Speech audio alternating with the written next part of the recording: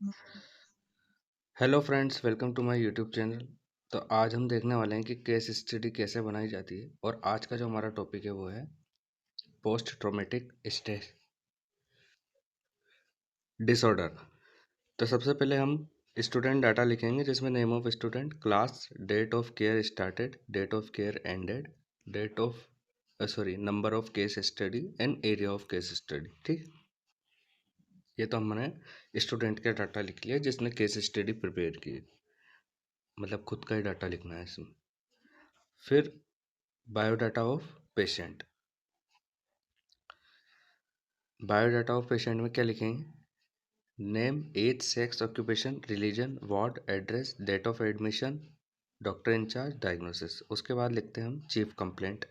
अगर आपको video blur नज़र आ रही है या फिर वर्ड्स समझ नहीं आ रहे हैं तो वीडियो की क्वालिटी को इंक्रीज कर लीजिएगा।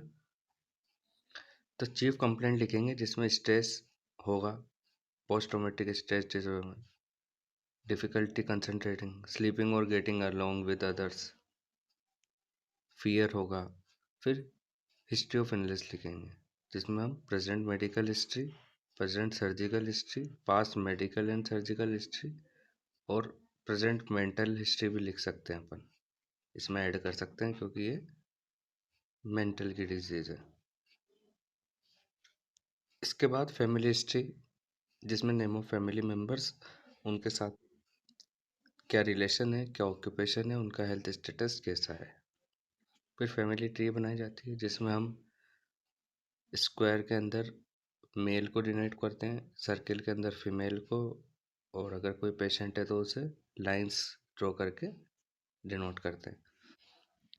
फिर सोशो इकोनॉमिक स्टेटस लिखते हैं जिसमें monthly income, type of house, electricity, water, toilet. फिर मेंटल स्टेटस एग्जामिनेशन करते हैं, जैसे कि जनरल अपीयरेंस क्या है, उसका स्पीच कैसा है, मूड कैसा है, सब्जेक्टिव और ऑब्जेक्टिव, थॉट्स कैसे हैं, कॉन्जाइटिव फंक्शंस कहते हैं, इनसाइट्स कैसी हैं, बिहेवियर कैसा है मतलब। उसके बाद हम वाइटल्स चेक करेंगे और वाइटल्स के नाम लिख के उनकी नॉर्मल वैल्यू के साथ पेशेंट की वैल्यू को कंपेयर करके उनके बिहाफ पर रिमार्क लिखेंगे कि इंक्रीज है, नॉर्मल है या डिक्रीज है। फिर मेडिकेशन क्या क्या देंगे और किस डोज से देंगे और किस रूट से देंगे वो लिखेंगे।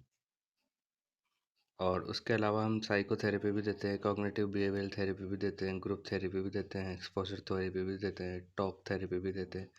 ये भी काफ़ी हेल्पफुल होती है उसे, उसका जो आइसोलेशन है उसको रिड्यूस करने में और स्टिग्मा रिड्यूस करने में। उसके बाद हम डिजीज़ कंडीशन लिखते हैं। यहाँ तक जो लिखा हमने वो नर्सिंग केयर प्लान में भी लिखते हैं, लेकिन केस स्टडी के अंदर डिजीज़ कंडीशन भी लिखनी होती है जिसमें हम डिजीज़ की definition, causes, clinical features, sign and symptoms, treatments, diagnosis, ये सब चीज़ें लिखते हैं। तो सबसे पहले हम डेफिनेशन लिखेंगे डिजीज़ कंडीशन की। उसके बाद अगर उससे रिलेटेड हमें कोई जानकारी है कि कितने लोगों में होती है, कितने मेल्स में होती है, कितने फीमेल्स में होती है, तो ये भी हम ऐड कर सकते हैं। उसके बाद कारण क्या क्या हो सकते हैं, ठीक है। और उसके बाद न्यूरोकेमिकल और न्यूरो एंडोक्राइनल फैक्टर्स क्या क्या हो सकते हैं, ये हमें लिखना है।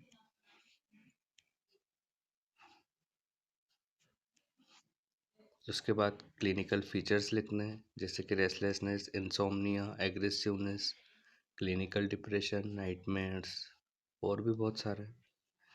उसके बाद हम टाइप्स लिखते हैं, अगर टाइप्स होते हैं तो पीटीएसडी के टाइप्स होते हैं, क्रोनिक और डिलेड और एक्यूट, तीन तरह के होते हैं, ठीक है। उनकी डेफिनेशन लिख लेंगे। फिर डायग्नोसिस क्राइटेरिया क्या है according to DSM IVIR A1, ये कोई टेक्निक होती है, उसके उसके अकॉर्डिंग हम डायग्नोस करते हैं।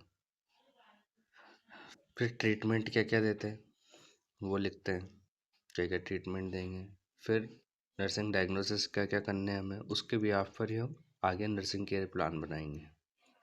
तो हमने 4 डायग्नोसिस लिखे हैं, जैसे कि anxiety related to threat of harm secondary to PTSD, fear related to perceived threat और डेंजर सेकेंडरी टू PTSD, ये सब सेकेंडरी है PTSD के। फिर hopelessness related to the inability to control the situations. इन सब चीज़ों को हमें होने से रोकना है, उसके लिए हम नर्सिंग केयर प्लान करेंगे और इंटरवेंशंस करेंगे। फोर्थ है insomnia related to difficulty maintaining normal sleep. ठीक है, difficulty in maintaining normal sleep, वो सो नहीं पा रहा है। तो सबसे पहला नर्सिंग केयर प्लान हम बनाएंगे। डायग्नोसिस क्या था हमारा?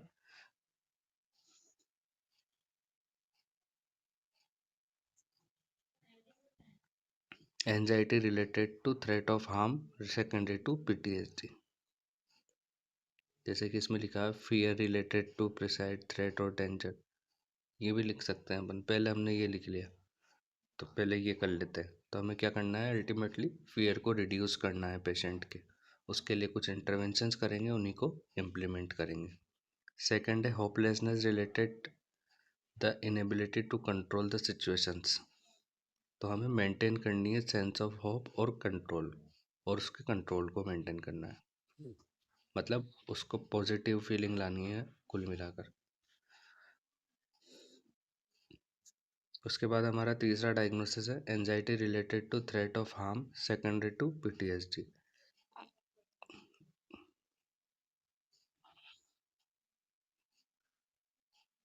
उसके भी आप पर इंटरवेंशंस करेंगे, फिर उन्हें इम्प्लीमेंट करके इवेल्युएट करेंगे।